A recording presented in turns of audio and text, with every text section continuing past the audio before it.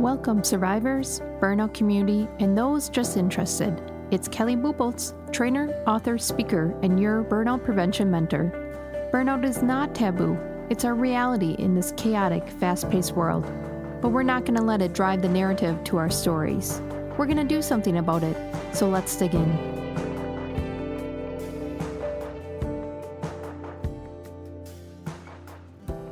In today's episode, we're going to be talking about agile work environments and agile environment essentials in an ever-changing world. So as a burnout guide, we like to battle reality. I found through programs and keynotes that a lot of times we're just fighting reality. And it's through these tools and through these discussions and through this series, what I'm trying to do is guide you on a path to think different, guide you on a path where we stop this battle on reality and we start embracing it, because stress has been here. Stress will always be. It's just there's so much change going on at any point in time right now with technology, the labor force changes, just the social and environmental changes going on at any point in time, that it's causing a chaos, and it's causing the workforce and just in general the U.S. population to go into this burnout. 64% of the population is in burnout, according to a 2024 report, and that's concerning. That's over half now, so we're spilling over. So I want to talk about agile work environment essentials to help you and guide you through this path of change. And I've trained on the Change Curve by Kubler-Ross for over a decade now. And we were doing it more from emerging leaders and middle management on how to guide their teams through change. And through this curve, there's highs and lows. Through this curve, you can actually enhance performance. Now, we're going to go through this curve in a little bit, and we go through it in depth in one of our workshop sessions. But really, the concept of agile work environments is to guide our teams through change and give them tools in which they can play with it instead of be overwhelmed by it, so that they can adapt at a quicker speed and have some options in critical thinking to move forward. We've all had those teams where we just have felt stuck. The problem exists and we just can't find a solution. And in those times, it would have been nice to have, well, what about option B, C, D? Or have the team so collaborative that each person had a voice, each person had an idea. You can brainstorm outside of the box and you move forward. The goal is to move forward. The goal in the change curve is to experiment and move forward. And imagine that you actually become a higher performer. You actually have higher morale on your team. You actually produce more at that point. And this research has been over 60 years now, and it's based off the grief curve. It's the same human behaviors that people go when they lose someone close to them, when they lose a pet, a person, a plant that's really close to them. They go through the same performance and productivity growth curve. So it's embedded in human behavior. Again, we don't want to fight it. We want to embrace it. So the concept of agile work environments is, how do we move forward and adapt in a quick manner? How do we critically think through the steps so that it's less chaotic, so we can move to a solution faster? It's breaking things down into smaller points, and that will help you with the adaptability, because it's not this huge problem. Suddenly, it might just be a process step we need to fix. Maybe it's a software glitch. Maybe it's just a person instead of a whole team. And when you break it down, it becomes less of a monster and you can start moving forward. The other thing that I love about agile work environments, and in my upcoming in-person workshops, head out to my website, you'll see the events coming up. We talk about this, is it guides leaders on what their team needs. In these agile work environments, the leader is not there to dictate what to do next. The leader is not even really involved in the tactical tasks that you have to do throughout the projects, throughout the hurdles that are coming up, the challenges. The leader is there to remove obstacles. The leader is there purely as a support function to help coach and guide them on a path and direction forward. They're rarely doing the work.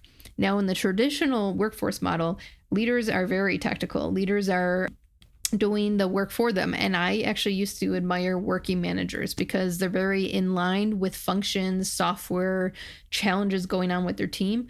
But I think over time, as the workload has increased, leaders have spilled over to doing that a majority of the time. That's the majority of their job, is those functions and owning those functions and not delegating it down to their team. So that means they're taking on more and they're managing their team less. They're taking on more, they're supporting their team less. They're taking on more, and now no one is focused on removing the obstacles that is faced in their team. I was just working with a client, and we got through 6 virtual sessions, and we were working through the workforce energy management program. And their team really just needed to work on communication and collaboration. So we were focusing on that category the most, and building trust came out of that. By session 6, they had some action items that still were not done. Probe the question, why hasn't this happened yet? And it was silence. Which this group was really talkative. It was silence. And then someone said, we just don't have backing. We don't have backing from leadership. And I said, tell me more. They go on, they spill some details. And then I said, well, what are the leaders doing? And they listed all this tactical stuff, all these functions that the teams should be doing. And I said, so who's managing the team? And they said, no one. And I don't say that to blame leaders. I don't say that to say there's a right and wrong. I'm just saying effectiveness, as you saw in my star rating in my other videos, super not effective to have leaders a majority of the time in functions, in tactical type of things. They're not managing their people. So in agile work environments, the leader's primary responsibility, they may have functions, they may have tasks to do, but their main function is to remove obstacles from the team. Isn't that super powerful? Like, that's a leader I want to follow. Like, let me run. And then when I hit a hurdle, make that hurdle less. Don't make it so high. Okay, now I can jump it with ease. That's the team I want to be on. Do you see how energizing that can be? So there has been agile frameworks around, and this is where I kind of want to bridge that gap, where I think sometimes when I'm speaking about these things with clients, they think it's so progressive that it's unachievable. But some of these have been around already. We just haven't realized it. And one of them has been Kanbans. So Kanban systems and lean type systems are progressive systems to break down big things into smaller processes to start moving things forward, so that we don't get stuck in analysis paralysis. We don't get stuck in the minutia of solving this big monstrous problem when we just need to start somewhere and get some momentum. Coming from manufacturing, a world of problems. At any point in time, there's people, there's process, there's machines broken down. The best laid plans just aren't working. So the Kanban type of process and system came up a lot. Lean type of systems came up a lot. And for those of you that don't know the Kanban type of process in agile work environments, basically you break down a monstrous thing that you have to do, a monstrous problem, and you start breaking it down into to-dos. In order to fix this, we have to do this, we have to do that, we have to do that. All those black holes and octopus arms that come out of it. I want you to start listing Post-it notes all down this thing. It's very visual. If you're a digital company, obviously I've been talking a lot about technology. There's also Post-it note whiteboards within Teams, within Zoom that you can use. And you start listing this down, and there's no dumb idea of to-dos. And then as a team, you start discussing what are the actual to-dos that we want to act on. Remove all the other Post-it notes. Actually save them if you can, because you never know when they'll come up. But here's your to-dos. So say you have a list of to-dos to fix this problem, broken into small little actions.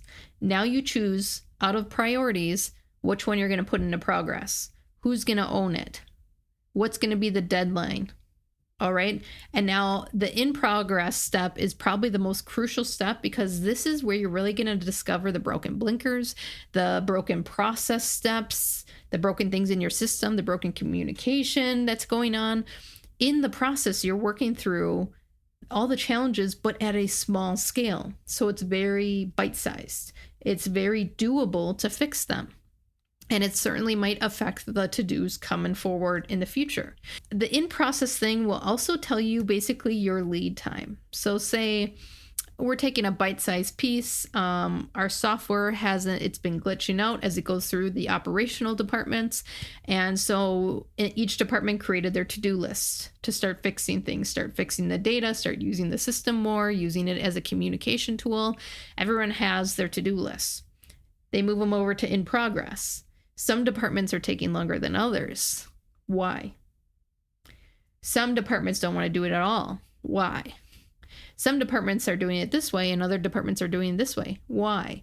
So the in-process step is really cool because it not only tells you kind of your lead times, how long it takes to do some of these projects, which will really bring to light the workload that comes onto your teams. It's going to clean up a lot of things you didn't think were issues that are running in the background, causing dysfunction in your operations. So this in-process step really increases efficiencies as you work through them. And then, of course, when it is tested out and completed, you move the Post-it notes to done. Now, through this 3-step Kanban process, to do, in progress, and done, you're cleaning up bite-sized pieces, and you're going to start seeing efficiencies, which is an extreme tool in motivation. When you talk about a team that's winning, do you see them just start scaling up? It's because they're extremely motivated by success. They're motivated by the wins. So these bite-sized pieces gives those little wins throughout the way, and it's very visual. It's very in your face. And like I said, the progress step is probably my favorite because it just cleans up all that noise and broken background things that you didn't think were happening. And you're like, wow, we cleaned up this, but it improved this much in our organization because we cleaned up this. And that's the impact part. So Kanban, lean type of systems have been around, and that's an agile framework to help you move through change through bite-sized pieces. The benefits of these agile work environments is implementing that will allow your team to start to critically think and move through change with ease. It will be very focused on customers. So most companies have a customer-centric type of approach. And the done goal is that it's successfully implemented at the customer level most of the time. So that means internally we're functioning. That means externally it's functioning. It's kind of like that servant type of project management where, I might do it because, it makes my job easier, but like, oh my gosh, the customer wants to come back. They want repeat business. They said it was fast, efficient, extremely clear every step of the way. You want to do that again. And so you kind of tap into that servant type of motivating factors that humans have. Now, the interesting thing about this Kanban concept is it's continuous. Yes, it's done until it's broken again. Then you put back on the to-do, you work it out in progress, and then you put it in the done column again. And what that's going to do is continually improve you as systems advance, as technology advances, as new systems integrate. You want to keep that flow going. But it's a natural visual way to, again, be agile through change. Another benefit is that this is very employee driven. This is extreme engagement. And I keep using extreme because I feel like some of these projects and systems we put in place in the traditional method have just kind of like petered out. It's kind of standard and it's not super exciting to go into work. So now imagine a bite-sized piece that you can move forward every day instead of being underwater and see progress, higher engagement. And when I talk about burnout, I talk about engagement. And one of the top 6 categories in employer contribution to burnout is lack of engagement, because it's affecting motivation. So you want people to be excited to come into work, you have to engage them. And this little process, Kanban process, is kind of like a game. Like, will I make it to the next level? Oh, I did. Now let's do another level. Now let's do another level because it's bite-sized. It's obtainable. Now let's go back to the change curve. So as you can see, there's a denial stage in which your performance goes up a little bit, and then there's the big crash to depression or disillusionment in burnout, as I like to call it, based off of other models. The next step to get people up this curve and motivated and morale up is experimentation, is to experiment and play with it. And then when something's successful, then you move up to decision. And why this change curve is important is the experiment factor. The Kanban concept, agile work environments where you're testing things out, trying it, proving out that progress, proving out the success, that's experimentation. So you're helping people through this change curve faster so that they're not sitting at that low point of the curve. Now, we break this down further in the Workforce Energy Management program, but I just wanted to show you that because that's human behavior. That's human behavior that has been. It's done by psychologists. We cannot change that type of human behavior, but we can guide and support them through this change curve so that they experiment and move forward to productivity. The core components of agile work environments that are going to be essential are going to be self-organizing teams. Through the DISC process is a great way to place people in teams through different work styles and skill sets. Being conscious that you're not overwhelming your high performers, your people that love to critically think. Just don't have them on every project team because it's also overwhelming. It's almost a punishment.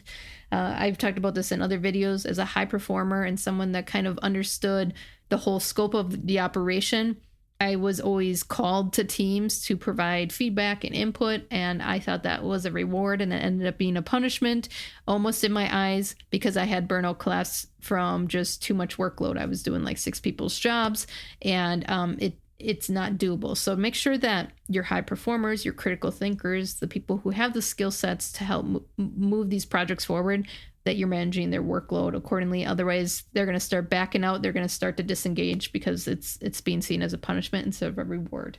So self-organizing teams means that we're going to take little pieces of people's skill set and put them together, and then they have a task. Break down the to-dos, move them into progress, prove that they're tested out and done. The reason why I'm such a proponent of agile work environments is, guess who owns that? The team. Not the leader. The leader is just like getting dumped on constantly. When you can get to this step in agile work environments, the team owns the project. So the motivation goes up, the engagement goes up, innovation goes up because you got, 5 to 10 people's ideas instead of one leader's idea.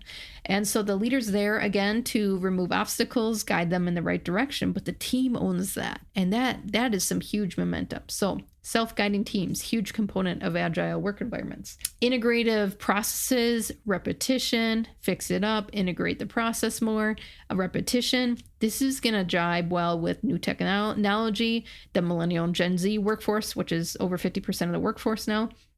The visual management tools can be used in multiple directions. Again, you can do Post-its in person, very physical. You can do it virtually. There's great systems like Gemba, Smart Sheets in Excel, project management software that can visually show you the progress. And you can see things that are being hung up for weeks on end. You can see things that they were hung up weeks on end last time. So how can you reroute this time when it comes up, or a similar project? How can you reroute when this comes up? Visual management tools really give a picture of how long things take. It gives a picture of where resources might need to be put in so that we can get this project through the goal line. Visually, when you see that, it really brings a magnitude feature to problems. It brings a magnitude feature of where your resources are being allocated. In the Workforce Energy Management framework, we talk about workflow and productivity optimization. So we work a lot through visual representation of our workload, and it fixes a lot of problems. The core component of feedback is important through all this process because you're giving more real-time feedback and constant feedback, that it's not a surprise. Gets rid of a lot of surprises, and it decreases some behavioral issues that you're having because you're correcting it in real time. So the feedback loops are much more effective in the agile work environments.